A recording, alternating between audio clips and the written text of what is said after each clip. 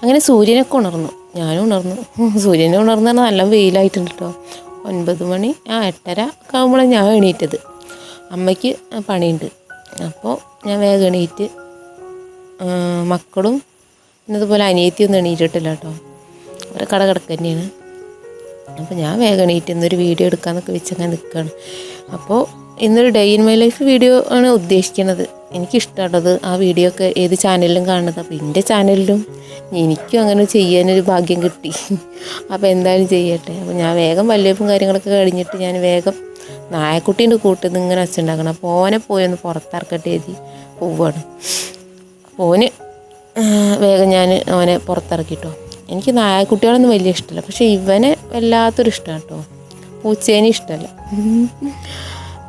പൂച്ചകളെ കാരണം അകത്തിയൂടെ നടക്കുന്ന ഇതല്ലേ, അപ്പോൾ അത് വലിയ ഇഷ്ടമല്ല. നായക്കുട്ടി പറഞ്ഞാൽ പുറത്ത് കൂട്ടിൽ അങ്ങനെ അകത്തേക്ക് വരുന്നൊന്നും ഇഷ്ടമല്ല കേട്ടോ. പിന്നെ ഞാൻ ഓനോടൊക്കെ ഒന്ന് ഇങ്ങനെ കൊഞ്ചി ഇങ്ങനെ നിൽക്കണം. അപ്പോൾ എന്നോട് ഇങ്ങനെ ഓരോന്ന് കൊഞ്ചാൻ വരികയാണ്. ചെറിയ വീട് അങ്ങനെ ചെറിയ സ്ഥലങ്ങളൊക്കെ എല്ലാവർക്കൊക്കെ ഈ ഇങ്ങനത്തെ നായക്കുട്ടിയൊന്നും നല്ലത് കേട്ടോ. ആൾ ചെറുതാണെങ്കിലും പക്ഷേ ആര് വന്നാലും വിടൂല കേട്ടോ, കുരച്ച് പോവോളം കുരയ്ക്കും. പിന്നെ ഞാൻ വേഗം ചായ കുടിക്കാൻ വേണ്ടി നിന്നു. ഏതായാലും വീഡിയോ ഒക്കെ കാര്യങ്ങളൊക്കെ എടുക്കണം, അപ്പോൾ ചായയൊക്കെ കുടിച്ച് കുറച്ച് ശക്തി വരട്ടെ എന്ന് കരുതി ചായയൊക്കെ കുടിക്കാൻ വേണ്ടി നിൽക്കണം. ദോശയുണ്ട് കേട്ടോ ചായക്ക് കടി, ദോശയും ചെറുപയറും. ചായക്ക് എനിക്ക് മാത്രമേ ഉള്ളൂ മധുരം, ബാക്കിയുള്ളവരൊന്നും എണീറ്റിട്ടില്ലല്ലോ. ഒന്നായിട്ട് മധുരമിട്ട് വെച്ചാൽ അതിലൊക്കെ ചോണനുറുമ്പ് നിറയും. അപ്പോൾ ഞാൻ വേഗം ദോശയും ചെറുപയറൊക്കെ കൂട്ടി വേഗം ചായ കുടിക്കുകയാണ്. ചായ കുടിയും കാര്യങ്ങളൊക്കെ കഴിഞ്ഞിട്ട് വേണം ഇനി ചോറിന് വെള്ളം വയ്ക്കാൻ, പാത്രം കുറച്ച് കഴുകാൻ, അങ്ങനെ കുറേ പണികളുണ്ട്. അമ്മ ചായയും കടിയും മാത്രമേ ഉണ്ടാക്കി പോയിട്ടുള്ളൂ. ഞാൻ പറഞ്ഞു നിങ്ങൾ ചായയും കടിയും മാത്രം ഉണ്ടാക്കിയാൽ മതി, ബാക്കി പണിയൊക്കെ ഞാൻ എടുത്തുകൊണ്ട് എന്ന് പറഞ്ഞ്. അപ്പം അങ്ങനെ അമ്മ പണിക്ക് പോയി. പിന്നെ അപ്പോൾ അനിയന്മാർ ഒരു പണിക്ക് പോയി. അപ്പോൾ വലിയ അനിയന് പണിയില്ലയെന്ന് പറഞ്ഞു വന്നു. ഓന് വന്നപ്പോൾ കുറച്ച് ബീഫ് കൊടുത്തിട്ടുണ്ട്. ഇവിടെ ബീഫ് കഴിക്കാത്തവർ കഴിക്കൂല കേട്ടോ. ഒരാൾ അനിയത്തി കഴിക്കൂല. അതുപോലെ ചിക്കൻ കൊടുത്താൽ അമ്മയും കഴിക്കില്ല. 2 സാധനം കൊടുത്താലും രണ്ടാൾക്കാരുണ്ടാവും പറ്റാത്തവർ. എനിക്കൊക്കെ ഏതും പറ്റും കേട്ടോ, പക്ഷേ എത്ര തിന്നിട്ടും കാര്യമില്ല, തടിമ കാണൂല എന്നുള്ളൂ. പക്ഷേ തീറ്റയിൽ കോംപ്രമൈസ് ഒന്നുമില്ല കേട്ടോ. ഏട്ടൻ്റെ വീട്ടിലൊന്നും ബീഫ് കൊണ്ടുവരില്ല കേട്ടോ. ഞാൻ ഇവിടെ വരുമ്പോഴാണ് ബീഫൊക്കെ കഴിക്കുക. പക്ഷേ കഴിച്ചിട്ട് അകത്ത് കയറുന്ന കുഴപ്പമില്ല, വീട്ടിൽ കൊണ്ടുവന്ന് വെക്കാനേ പറ്റാത്തുള്ളൂ. എന്തേലും ആവട്ടെ, നമ്മൾ കഴിക്കുക എവിടെയെങ്കിലും, എന്താപ്പല്ല അതിലൊക്കെ വലിയ കാര്യം, അതിലൊന്നും വലിയ കഥയല്ല. കഴിക്കുന്നവർ കഴിക്കട്ടെ, കഴിക്കാത്തവർ കഴിക്കണ്ട, വെക്കുന്നവർ വെക്കട്ടെ, വെക്കാത്തവർ വെക്കും വേണ്ട, അത്രേ ഉള്ളൂ. അപ്പോൾ ഞാൻ ബീഫൊക്കെ ഒന്ന് ചെറിയ കഷ്ണമാക്കി മുറിച്ചിട്ടുണ്ട്, എന്നാലും ഒന്നുകൂടി ഒന്ന് ചെറുതാക്കാം കേട്ടോ. ഇനി കുട്ടികളൊക്കെ കഴിക്കാമല്ലോ, അപ്പോൾ കുറച്ചുകൂടി വലിയ കഷ്ണം ആവണ്ടല്ലോ ഇത്. വലിയ കഷ്ണങ്ങളൊക്കെ മാത്രം എടുത്തൊന്ന് ചെറുതാക്കുകയാണ്. അപ്പോഴൊക്കെയുണ്ട് വെള്ളം തിളയ്ക്കുന്നത്. എന്നെ വന്ന് നോക്കൂ, അരി ഇടൂ, ഞാൻ തിളയ്ക്കുന്നുണ്ട് എന്നൊക്കെ പറഞ്ഞങ്ങനെ നിൽക്കുകയാണ് മൂപ്പര്. പിന്നെ ഞാൻ വേഗം അരിയൊക്കെ ഒന്ന് കഴുകി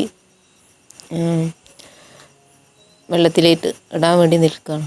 ഇനി മൂപ്പര് കരയണ്ടല്ലോ, അപ്പോൾ വേഗം ഞാൻ അരി ഇട്ടട്ടോ, അല്ലെങ്കിൽ ചോറാവില്ല. അപ്പോൾ വേഗം അരിയും കാര്യങ്ങളൊക്കെ ഇട്ട് പിന്നെ അടുത്ത പണി എന്ന് പറയുന്നത് ഈ ബീഫ് ശരിയാക്കുക എന്നുള്ളതാണ്.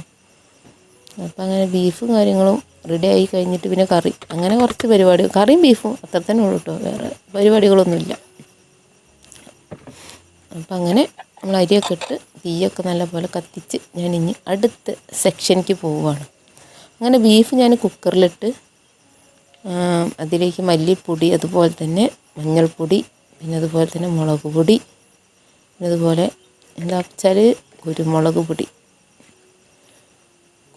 പൊടിയും, പിന്നെ അതുപോലെ തന്നെ ഇഞ്ചി, വെളുത്തുള്ളി, ഉപ്പ്, അതൊക്കെ ഇടണം കേട്ടോ. ഇഞ്ചിയും വെളുത്തുള്ളിയും ഉപ്പും അതൊക്കെ ഇട്ട് നല്ല പോലെ ഞാൻ ആ ഒരു ബീഫ് നല്ലോണം കൈകൊണ്ട് ഇങ്ങോട്ട് തിരുമ്മി കൈ എരിയാവോ, മുളകും പൊടി കളക്കി വേഗം എരിയും. അതൊന്നും നോക്കിയില്ല. അങ്ങനെ വേഗം കുക്കറിൽ കൊടുത്തിട്ട് ഒരു 4 വിസിൽ കേട്ടോ, 4 വിസിലടിപ്പിച്ചു. അപ്പോഴേക്ക് ചോറ് വെന്തിട്ടുണ്ട് കേട്ടോ. പിന്നെ ആ ചോറൊക്കെ ഒന്ന് ഊറ്റി ലെവലാക്കി. പിന്നെ അപ്പോൾ തന്നെ അകത്ത് വെള്ളം കഴിഞ്ഞിട്ടുണ്ട്. അതങ്ങനെ തന്നെയുള്ളൂ. ഉമ്മർത്ത് കിണറുണ്ടായ പിന്നെ അകത്ത് വെള്ളം ഉണ്ടാവില്ല. ഇതാണ് കേട്ടോ ഞങ്ങളുടെ പഞ്ചായത്ത് കിണറാണ് കേട്ടോ. ഞങ്ങൾ ഇവിടെ ഒരു 23-24 വീടുണ്ട്. ഞങ്ങൾക്ക് എല്ലാവർക്കും കൂടെ ഉള്ളൊരു കിണറാണ് കേട്ടോ. കുടിക്കാൻ മാത്രം ഇതൊന്ന് കൊണ്ടുപോകും. അപ്പം എനിക്ക് വീടിൻ്റെ അടുത്ത് തന്നെയാണ് കേട്ടോ കിണർ, മുറ്റത്ത് നിൽക്കും പോലെയാണ് കിണർ. അങ്ങനെ ഞാനും വെള്ളത്തിന് പോയി. അപ്പോൾ കൂടെ മോനും ഉണ്ട് കേട്ടോ. ഞാൻ വെള്ളം കൊണ്ട് കുടമെടുത്ത് ഇറങ്ങിയപ്പോൾ തന്നെ ഓനും തന്നെ എൻ്റെ കൂടെ പോന്നിട്ടുണ്ട്. പിന്നെ ഓൻ്റെ ഒരു കുഞ്ഞു ബക്കറ്റ് ഉണ്ട്, അതും കൊണ്ട് ഓനും പോന്നു. അങ്ങനെ ഞങ്ങൾ രണ്ടാളും വെള്ളമൊക്കെ മുക്കി അങ്ങനെ നിറഞ്ഞ് ഞങ്ങൾ പോന്നു. ഓനും എൻ്റെ കുഞ്ഞു ബക്കറ്റും കൊണ്ട് അതാ പോരുന്നു എൻ്റെ മുന്നിൽ. ഞാൻ മുന്നിൽ പോകണമെന്ന് പറഞ്ഞങ്ങാണ്ട് അങ്ങനെ അവൻ പോരുകയാണ്.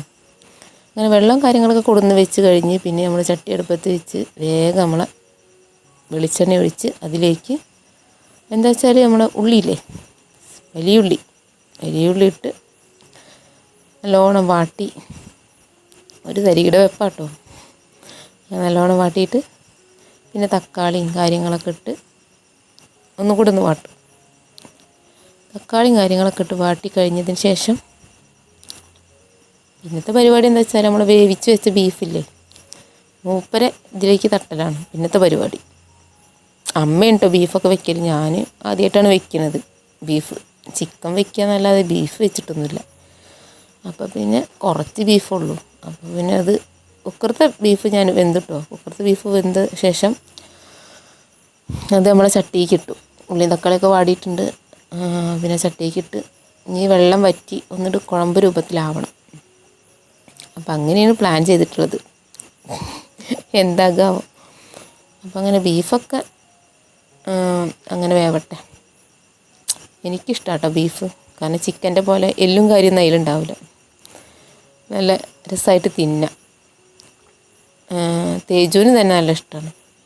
പിന്നെ കറി വയ്ക്കാൻ വേണ്ടിയിട്ട് മുളക് കഴിഞ്ഞിട്ടുണ്ട്. അപ്പോൾ വീട്ടിൽ തന്നെയുള്ള മുളക് മരത്തിൽ പോയിട്ട് മുളക് പറിക്കുകയാണ്.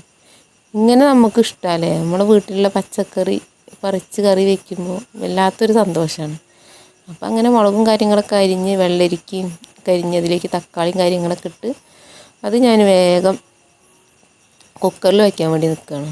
പാകത്തിന് വെള്ളം ഒഴിച്ച് മഞ്ഞൾപ്പൊടിയൊക്കെ ഇട്ട് അങ്ങനെ ഒരു തേങ്ങ അരച്ചിലെ കറി, പിന്നെ അതുപോലെ ബീഫ് വരട്ടിയതും. അങ്ങനെ നമ്മളെ ബീഫ് ഇവിടെ റെഡി ആയിട്ടുണ്ട്.